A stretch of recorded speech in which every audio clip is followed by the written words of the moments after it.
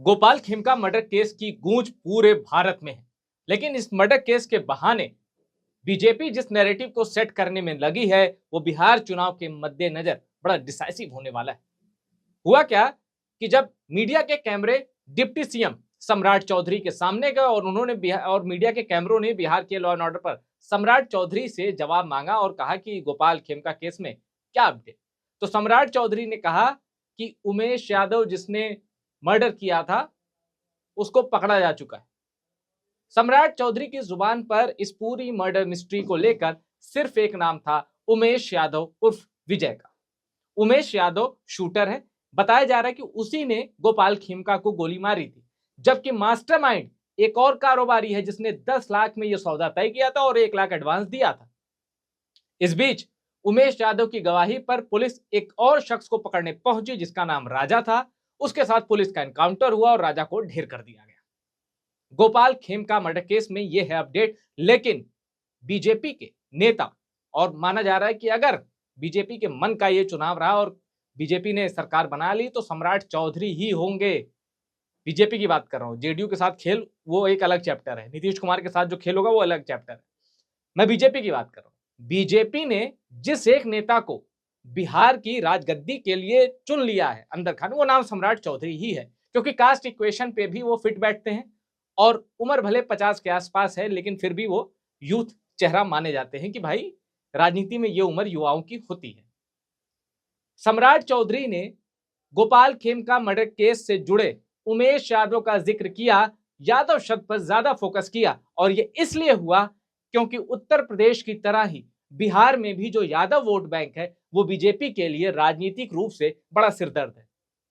सिरदर्द इसलिए कि बीजेपी की स्टेट लीडरशिप, बिहार की बात कर रहा हूं, कुछ यादव चेहरे हैं लेकिन उसके बावजूद जो यादव वोट बैंक है वो आरजेडी के तरफ ही जाता है। अब बीजेपी बार बार प्रयासों के बावजूद उसमें सेंधमारी नहीं कर पाई। 2023 में नीतीश कुमार ने जो नई जनगणना कराई थी, जाति जनगणना बिहार में, उसके मुताबिक यादवों की आबादी बिहार में 14% है। 14% एक अच्छा खासा मार्जिन होता है, यानी राज्य की करीब 15% आबादी यादव की। नीतीश कुमार और बीजेपी दोनों इस वोट बैंक में सेंध नहीं मार पाए, मतलब कुछ वोट मिलते हैं लेकिन जिसको कहते हैं सेंध मारना वो नहीं हो पाया है। ठीक उसी तरह आप ये भी कह सकते हैं कि 15% आबादी नई जाति जनगणना के अनुसार जो सवर्णों की है उसमें आरजेडी सेंध नहीं मार पाई है।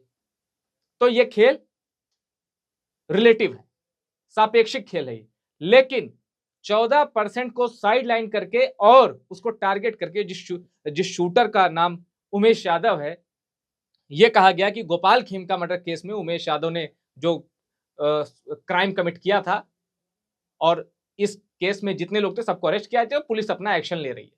सम्राट चौधरी यहां योगी आदित्यनाथ के मॉडल को भी कॉपी करते नजर आए। सम्राट चौधरी ने कहा पुलिस को खुली छूट है, जो एक्शन लेना है लो। तो सम्राट चौधरी, उनको पता है कि वो किस रास्ते पर चलकर बिहार में एक पॉपुलर फेस बन सकते हैं और अपने जो एक अपना जाति वर्ग है, जिस जातियों के बीच, जिस जाति वोट बैंक के बीच सम्राट चौधरी पॉपुलर हैं, उस बैरियर को तोड़कर कैसे एक बड़ी आबादी के बीच पॉपुलर बना जा सकता है। सम्राट चौधरी इसलिए यादव वोट बैंक की ओर इशारा कर रहे हैं, उमेश यादव के नाम पर इसलिए जोर डाल रहे हैं क्योंकि यादव वोट बैंक में बीजेपी सेंधमारी नहीं कर पाई है और ओबीसी में जो गैर यादव वोट बैंक है उसमें अगर सेंधमारी हो जाए तो बीजेपी की बल्ले बल्ले हो सकती है। वैसे भी नई जनगणना के मुताबिक बिहार की 27% ओबीसी हैं और 36% करीब ईबीसी हैं। बीजेपी की नजर इन 36% पर भी है और नीतीश कुमार भी इन 36% वाले ईबीसी में अच्छे खासे वोट खींचते हैं। तो बीजेपी जेडीयू का कॉम्बिनेशन ईबीसी को बहुत लुभाता है।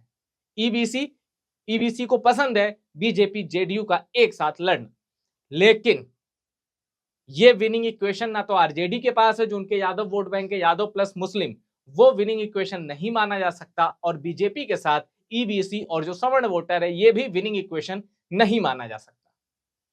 दलित और महादलित वोटर जिसकी तरफ जाएंगे उसे ही बिहार की जो अगली जो कुर्सी है ना मुख्यमंत्री की, उस पर वही बैठेगा जिसकी तरफ दलित और महादलित वोटर जाएंगे।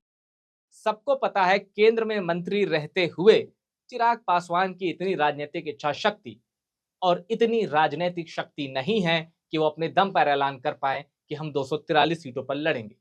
क्या बीजेपी की प्रत्याशी के खिलाफ चिराग पासवान कैंडिडेट उतारेंगे? पिछली बार तो उन्होंने ये प्रयोग जेडीयू के खिलाफ किया था और करीब 26 से 30 सीटों पर जेडीयू का मामला खराब किया था। इस बार चिराग पासवान क्या सोच के आए? जाहिर सी बात है, जैसा दिल्ली से ऑर्डर होगा चिराग पासवान वैसा वैसा ही फैसला करेंगे। सबके निशाने पर नीतीश कुमार। शायद यही वजह है कि गोपाल खेमका मर्डर केस में बीजेपी को ना तो अशोक साहब दिख रहा है, ना राजा दिख रहा है तो सिर्फ उमेश यादव। टॉप सीक्रेट की रिपोर्ट पसंद आई हो इसको शेयर करिएगा, चैनल को सब्सक्राइब जरूर करिएगा और हमें कमेंट करके ये जरूर बताइएगा कि क्या सम्राट चौधरी का ये दाव यादव वर्सेस ऑल ये बिहार में हिट होने वाला है?